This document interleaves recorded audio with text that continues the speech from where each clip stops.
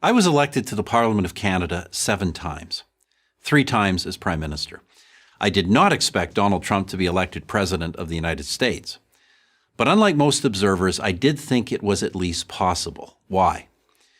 Because I sensed, as Mr. Trump surely did, that the political landscape had shifted. The underlying issue is this.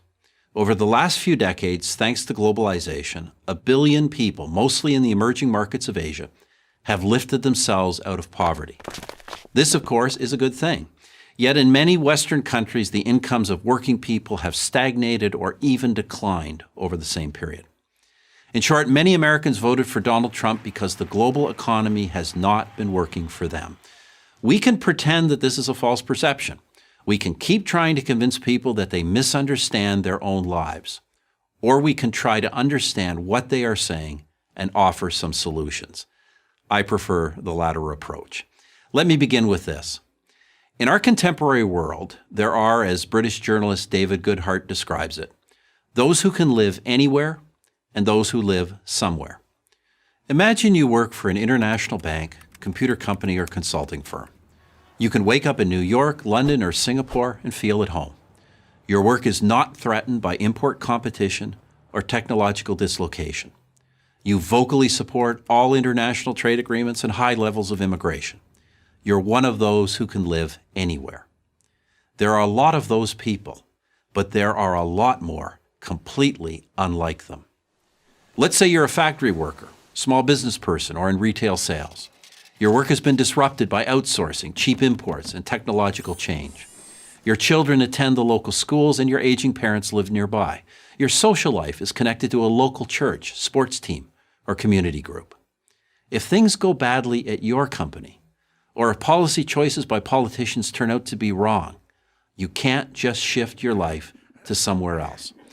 Like it or not, you depend on the economic policies of your national or state government. When it doesn't come through for you, you're not happy.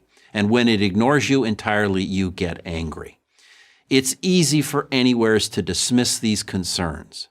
But the anywhere's faith in global solutions and multinational political bodies is founded more on fantasy than fact. The fact is, the critical functions of laws and regulations and monetary and fiscal stability, among other things, are provided by nations, not global institutions. The nation, with all its flaws, is a concrete reality. The global community is little more than a concept.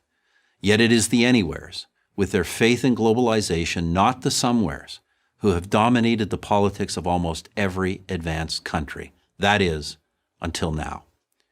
This sea change is not limited to the United States. The same dynamics, anywhere elites versus somewhere populace, is playing out across the Western world. These populists, as I've tried to show, are not the ignorant and misguided deplorables depicted in mainstream media. They are our family, friends, and neighbors. The populists represent, by definition, the interests of ordinary people. And in a democratic system, the people are supposed to be our customers. So how, then, can we best serve them?